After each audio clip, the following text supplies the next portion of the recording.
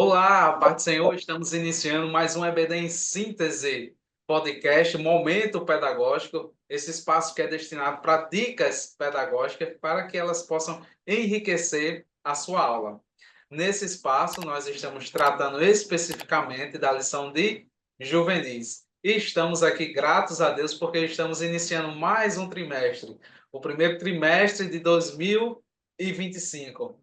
Espero que Deus tenha dia abençoado no Natal, no Ano Novo, e vamos iniciar essa jornada nessa nova lição de juvenis. E para essa primeira aula introdutória e também da lição de número 1, eu conto aqui com a presença do nosso irmão Lucas Vitor. Pai do Senhor, irmão Lucas Vitor.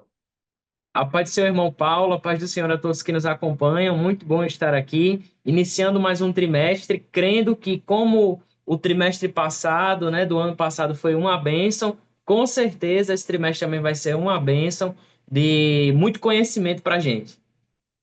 Amém. Eu vou só compartilhar com vocês, essa aí é a capa da lição de juvenis que vamos trabalhar esse trimestre, certo?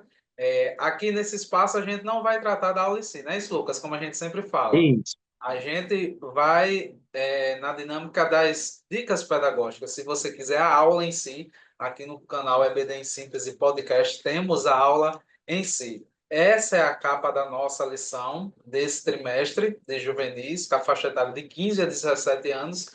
E a temática vai ser uma viagem pelo Antigo Testamento.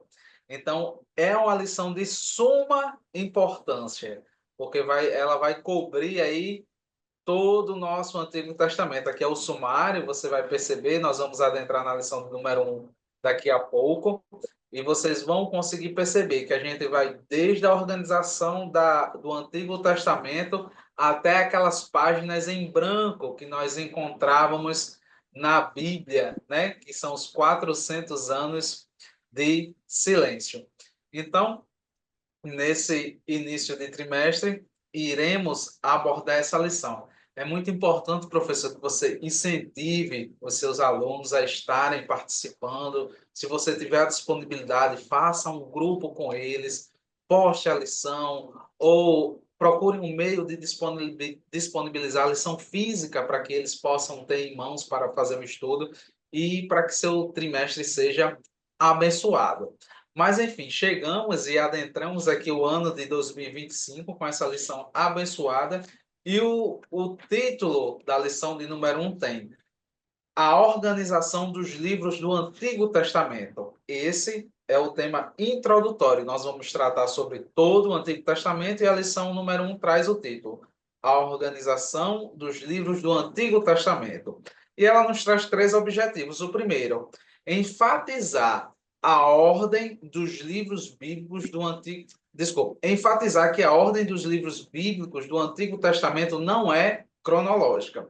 O segundo objetivo é explicar o processo e o tempo pelos quais a Bíblia passou até chegar à sua forma atual. E o terceiro objetivo é evidenciar a lógica da ordem canônica dos livros do Antigo Testamento. Esses são os três objetivos que permeiam aí a nossa lição. Mas, como eu sempre digo, já é de costume, o Lucas Vitor, que dicas preciosas o senhor traz para mim, para os professores, para os alunos que estão acompanhando aqui o nosso canal? Amém, graças a Deus. Nós estamos iniciando mais um trimestre, esse trimestre em específico, estudando mais sobre o Antigo Testamento. Inclusive, eu acho que em algum momento a gente já passou também, né, pelo Antigo Testamento, pelo estudo do Antigo Testamento na classe dos juvenis, mas é sempre bom a gente estar revendo essa temática. É sempre bom a gente estar novamente se encontrando com esses temas que são de fundamental importância.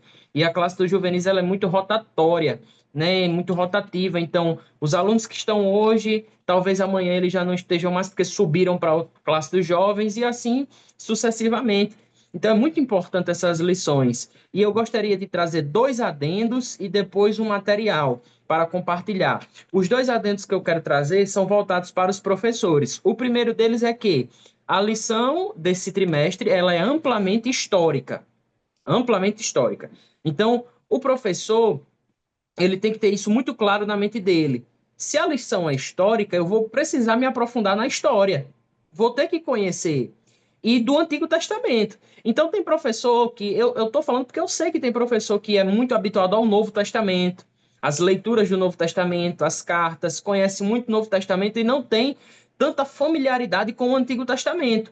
Então, você vai precisar mergulhar no Antigo Testamento. É história, você vai ter que pesquisar, você vai ter que descobrir, vai ter que ter o seu material de estudo, porque é uma lição histórica que você tem que saber, tem que se aprofundar, mesmo que você diga assim, não, mas a leitura do Antigo Testamento, alguns trechos é mais difícil, não são tão palatáveis, né, mas você vai ter que se aprofundar nisso. Não tem outra escolha. É uma lição histórica. Você tem que saber, tem que se aprofundar, é de sua responsabilidade. O segundo ponto, um segundo adendo para os professores, além disso, é que, por se tratar de uma lição histórica, nós temos a tendência de apenas trazer conhecimento bruto, massivo, para os alunos, esquecendo-nos da aplicação pessoal. Então, eu gostaria de trazer aqui esse ponto. Professor, por favor, não se esqueça da aplicação pessoal nas suas aulas. Você vai tratar sobre a história de Abraão, você vai falar sobre patriarcas, você vai falar sobre os reinos, você vai falar sobre muita coisa histórica. Mas nesse meio, você tem que trazer as aplicações pessoais para os seus alunos. Tem que trazer o que é que o seu aluno ele pode levar daquilo ali que ele está aprendendo para a vida dele. Não é? Então, o professor tem que sempre se atentar a essas questões, tá certo? Porque o aluno ele vai olhar para a história e ele vai dizer assim, tá certo, eu entendi que isso aconteceu, eu entendi que foi assim, mas o que é que isso interfere na minha vida hoje? O que é que eu posso aprender com isso hoje? Então, o professor sempre vai trabalhar a história, mergulhar na história, passar a história para o seu aluno de modo geral, mas também sempre com um fiozinho na realidade, sempre trazendo as aplicações pessoais, sempre trazendo as aplicações para o seu aluno, tá certo? Não esqueçamos disso, é muito importante, porque o seu aluno tem que saber a história, mas tem que saber no que essa história lhe influencia, tá bom? Então, dito essas duas coisas, agora eu gostaria de transmitir um material para os professores, que eu acho que é bem didático, ele é bem simples, mas também é muito interessante para os professores. É uma tabelazinha periódica contendo os livros da Bíblia.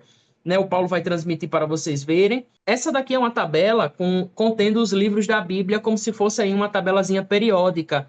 É também o que a nossa lição se destina a trazer, né? Essa ordem dos livros da Bíblia. E eu acho muito interessante o professor imprimir essa tabela e distribuir entre os alunos. É uma tabela de fácil visibilidade, ela é uma tabela muito boa, e eu acho que é interessante o professor trazer, e principalmente ele ir se atentando e mostrando aos alunos os gêneros textuais que os livros estão contidos. Então, por exemplo, você pega Jó, Salmos, Provérbios, Eclesiastes e Cantares. Todos eles fazem parte de uma seção, né, que são a seção dos livros poéticos, e eles trabalham com esse gênero específico. Então, é importante o professor ir pontuando que o gênero poético não é o gênero histórico. Então, cada livro da Bíblia tem o seu próprio gênero literário. E o professor pode trabalhar e pontuar essas coisas trazendo essa tabela. Ela é de fácil acessibilidade, o professor pode imprimir, pode trazer para todos os seus alunos, eles vão vendo, vão tendo contato, e com certeza o professor vai ser ricamente abençoado aí na exposição da lição de número um. Amém, Lucas. Glória a Deus. A gente não combinou você trazer esse material, geralmente a gente se fala, mas eu gosto muito desse material aí, dessa tabelazinha periódica, e ela cumpre exatamente aí, né, o objetivo da nossa lição, né, que é apresentar aí e como essa divisão, onde é que se classifica cada livro. E eu achei bem interessante também na sua fala, na sua introdução, você falou que essas lições que vamos ter nesse trimestre são bem históricas, né? É, E tendo isso em percepção, e às vezes a gente faz a leitura assim, aí, às vezes a gente acha que a história da Bíblia é descolada da história da humanidade, né? A gente acha que a história da Bíblia conta uma história lá, mas ela está desconectada com a história da é civilização. verdade. Quando eu trabalho com os juvenis, eu sempre tento mostrar e Deus escolheu o ser humano para trabalhar com ele. Então, é uma relação entre Deus e o ser humano, né? E nessa primeira dica que eu vou trazer aqui para vocês, ela foi tirada de um livro que eu gosto bastante e o título é fantástico, é assim, e Deus falou na língua dos homens. E Deus falou na língua dos homens, de Paulo On. Deus poderia falar de várias maneiras, mas Deus, né, conhecendo o ser humano, ele se fez inteligível para o ser humano. E o que eu acho interessante é que no segundo objetivo da nossa lição tem assim, explicar o processo e o tempo pelos quais a Bíblia passou até chegar à sua forma atual. Então, a lição você vai conseguir observar e vai conseguir ver que ela não chegou pronta, né? Não chegou pronta.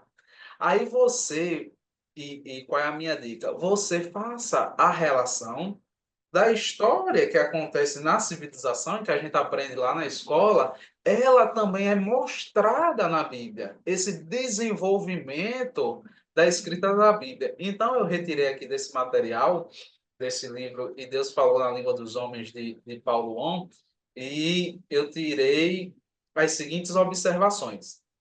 Acredito que já está em tela. Tá aí. Ela passou um pouquinho para frente. Beleza. Então, a gente percebe que a primeira forma de transmissão dos conhecimentos, e aqui eu vou falar dos conhecimentos bíblicos, foi através da tradição oral, que é a tradição contada. Mas nas civilizações também aconteceu assim. E a palavra do Senhor não está descolada do seu contexto histórico e social, né?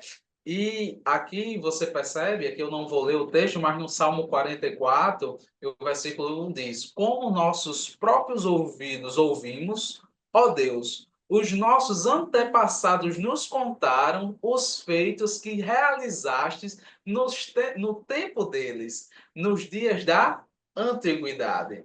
Então, o Salmo 44 e o versículo número 1 já faz referência à tradição oral.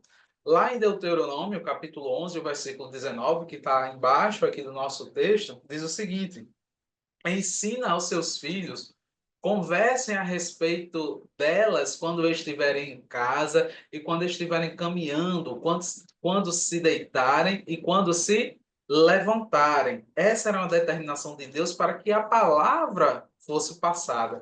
Então a gente percebe que a primeira forma, né, a Bíblia já não surgiu escrita, mas ela, a primeira forma, a maneira de ser passada, ou do Antigo Testamento, e aqui a nossa ênfase é no Antigo Testamento, foi a tradição oral. Posteriormente, a gente tem a escrita em tábuas de pedra. Aí eu coloquei até a capa do livro, o professor que quiser utilizá-lo em suas aulas vai ser muito importante, o professor que quiser ter esse material.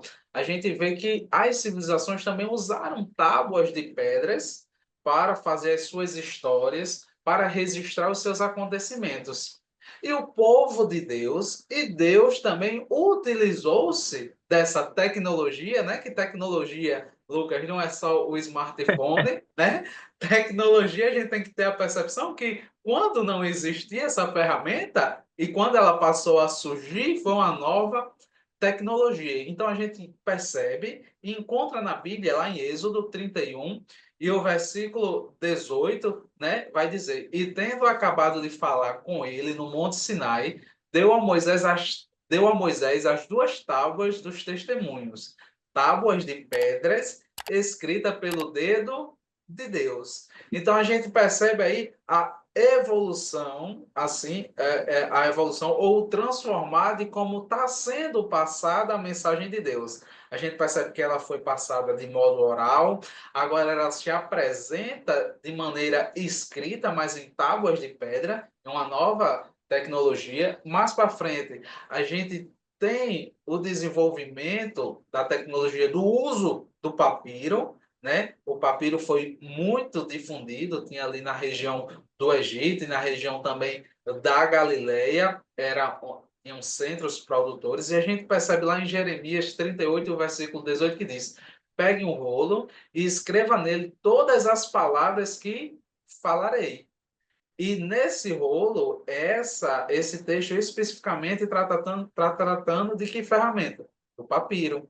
Então a gente percebe que o desenvolvimento, né, que foi acontecendo dentro das civilizações, o povo de Deus e o próprio Deus utilizou desse desenvolvimento, né, para que sua história, para que sua palavra fosse repassada. Então, tenha em mente, professor, que o desenvolvimento da palavra de Deus não está descolado do mundo da civilização. Né? E principalmente quando a gente olha para o Antigo Testamento, a gente pensa que é uma história muito distante de nós e que às vezes fica um pouco desconectada.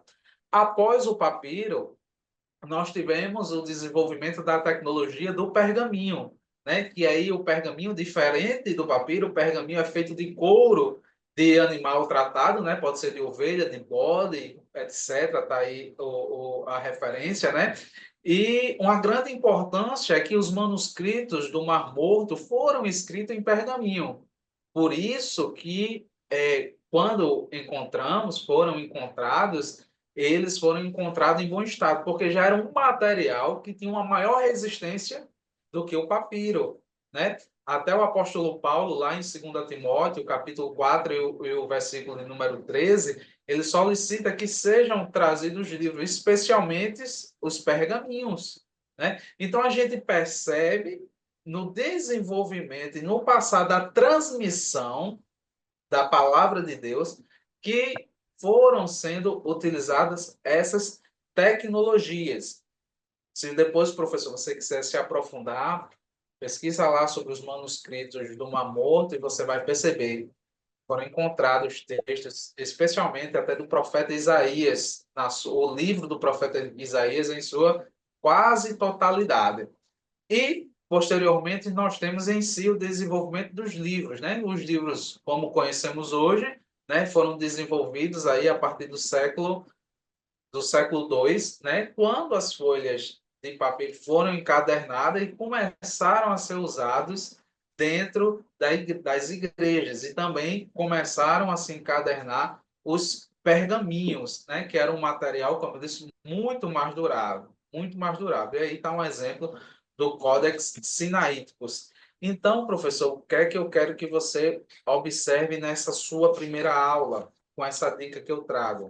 A lição trata sobre a organização do Antigo Testamento em si, a organização dos livros do Antigo Testamento. Lucas trouxe como eles estavam ali na tabelazinha periódica, separado por tema, e eu trago aqui também a percepção que essa história não está descolada da história da humanidade, né? E, como eu falei aqui no início, a relação que temos, aliás, o título do texto que temos aqui de Paulo 1, e Deus falou na língua dos homens.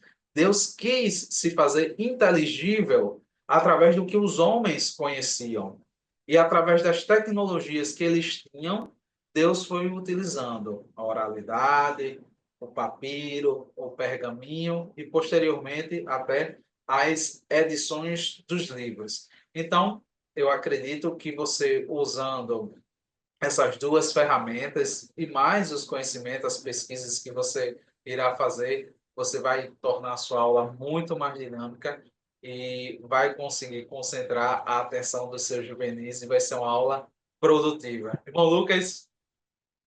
Amém, queridos irmãos professores. Como minhas palavras finais, né, nós estamos iniciando o ano em um trimestre e eu digo a vocês, dediquem-se, suem a camisa mesmo, queimem as pestanas, estudem, tragam o material, desenvolvam o melhor, tente trazer o melhor para o seu aluno, adapte, né, faça as suas adaptações necessárias. Se você não pode trazer um material em slide, imprime e traz, mas se esforce para trazer esses materiais, se esforce para estudar, porque com certeza Deus há de fazer grandes coisas aí na sua classe e com certeza vai ser um trimestre abençoado. Amém. Glória a Deus. Se você ainda não se inscreveu, se inscreva, compartilhe, curta os nossos vídeos e estaremos aqui na próxima aula. Que Deus vos abençoe. A paz do Senhor.